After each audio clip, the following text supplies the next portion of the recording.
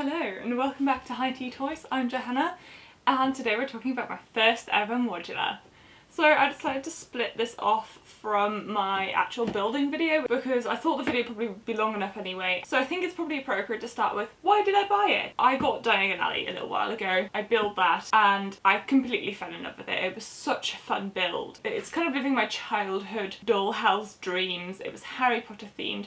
I love shops anyway. There were so many different techniques, there were so many different looks. It was just an absolute joy. So I knew modulars were a thing. I started thinking about maybe getting them. I also started following a few really awesome people on Instagram, namely NW Bricks and Brick Sanchez, who I've mentioned before. So both of these people have fantastic cities and really make it their own and have made it really creative, and I know every single city builder does that, but especially NW Bricks' city is one that really inspired me because it had such a different feel to it. I was like, you can really take this concept of a Lego city and mould it to your own thing. Realistically, I don't actually have room to do that right now.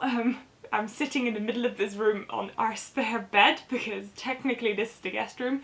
How any guest is going to fit in this room is beyond me, but that will be a problem from another time. To create a Lego city at some point, I should probably get on the modular wagon now because I started looking at some of the retired modulars I really liked and realised that they all have gone up in price ridiculously and it's really hard to get them. So I thought, okay, if I now know that I want to get a Lego city, I might as well start collecting these modular buildings now to make sure that I don't miss out on them because they've retired. So I asked Instagram if I should get the diner or the assembly square first. So I got a few messages from people saying, for your first modular, like, go with assembly square. It's such an awesome one. It's bigger than normal. I have to say they were right. It was amazing. I absolutely loved the build. The amount of times I found little pieces in this build that I was like, oh, this is so great. Like, namely the parrot, the box for the cafe corner build, the fact that this apartment on the top floor is an adult fan of Lego apartment.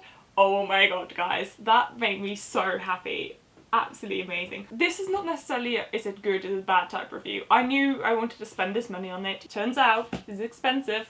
I think we all know this. But I also know that especially these modulars, or these Lego sets, go up in value pretty much straight away when they're retired. Though that doesn't make it any cheaper, it was easy to justify because of that. This awesome set comprises of various buildings. So we have the bakery, or like patisserie probably because it's a bit fancier. You have this flower shop, then there's a cafe in here, and the first floor is a music store, the third floor is a ballerina studio, the first floor of this is a photo studio, the top floor is like an open balcony outdoor cooking area, the middle floor is a dentist, and then the top floor is the AFL apartment. So this set comprises of 6 bags, but really that meant 6 stages. For example, the 6th stage comprised of like 8 bags that you had to open up.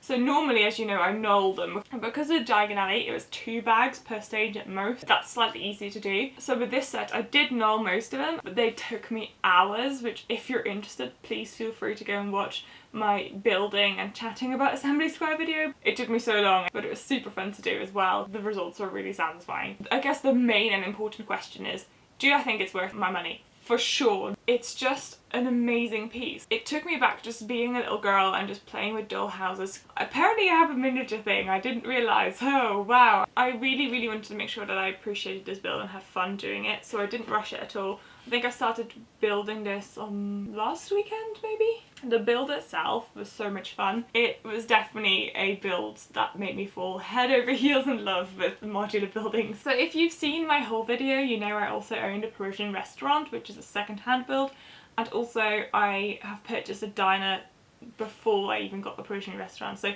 there's 2 more like modulars ready to go and it's making me really excited. Once again, I have literally no idea where these are going to go, but that's literally just an afterthought. It doesn't matter. It's probably going to just live here on the edge for like the foreseeable future, like the TARDIS. So let's just kind of go into the nitty gritty. I think the one thing that before I purchased it, I straight away knew I wanted to change were the minifigures. So as much as I absolutely adore minifigures, all these come with the standard eyes and smiley mouth Lego face. We all know it. It's literally the one that they've had for super long.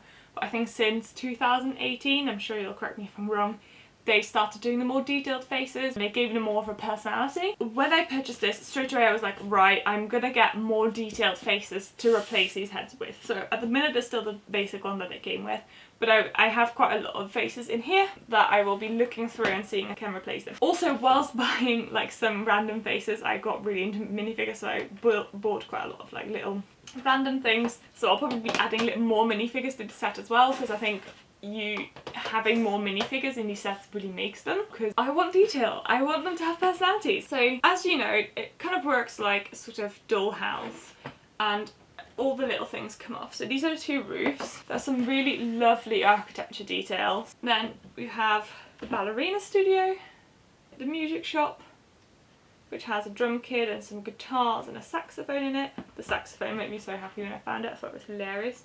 And then this has the AFL apartment, which is my favourite thing, as well as like the outdoor cooking area. And then here we have the photo studio and the dentist, and this is the ground level. So here we have like the patisserie and bakery and cafe and things. As you can see, if you lay it all out like this, that's a lot of Lego. It was a really, really heavy box. I bought it in Southampton. I bought it and I was like, I need to take this to the car straight away. I can't carry this around for long. There's a lot of things to build. I think I had the joy whilst building it that I didn't exactly know what every room was. So whilst building it, I was like kind of figuring it out. I was like, oh, what's this? Oh, I have no idea what this could possibly be. And just kind of like figuring it out was so much fun, and like finding the little Easter eggs, finding the little absolutely beautifully printed pieces. Also, that brings me on to another really exciting point about modulars. There's no stickers in them. At least there's no stickers in this one, but I believe none of them have stickers. That's really exciting because it means that everything you find, if it needs to have detail, it will be printed on it. My absolute favourite piece of this whole set, which is the box of the Cafe Corner modular. My other point is, as much as I absolutely love all the furnishing and the details in them, I think there are some bits that I probably would change. I don't know if I'm going to. There's some colour schemes like in the cafe, for example. I don't know if the green works. Like the music shop feels really sparse, so I might be adding some things to that. So there's a few things that I might be changing up and stuff like that. But for the time being, this was a fantastic introduction to modular life. As you can probably tell, it's made me super happy and excited. Like, I totally love building this. Would I recommend you get it? For sure. Do you not have room? Not a good enough excuse. You're gonna have to buy it anyway. It's brought me a lot of joy, and I just want to share this with everybody. This has also inspired me to build my own house in Lego. The house I'm living in is a really boring estate English home. Like, it's really bog standard, but in a way I was like, oh my gosh, it'd be so much fun if I could make sort of a replica of it in a modular style, so I could like fit it in somewhere. Anyway, that's a side tangent that might happen at some point. Thank you so much for the lovely people on Instagram that I chat to and I can share my enthusiasm with. Thank you so much for you lovely people in the comments, leaving your Lego thoughts in there as well. That's my really sort of overview review of Assembly Square. It's a fantastic set. Please run out and buy it right now. I hope you enjoyed the video and I hope you have a wonderful day. I'll see you soon. Howdo!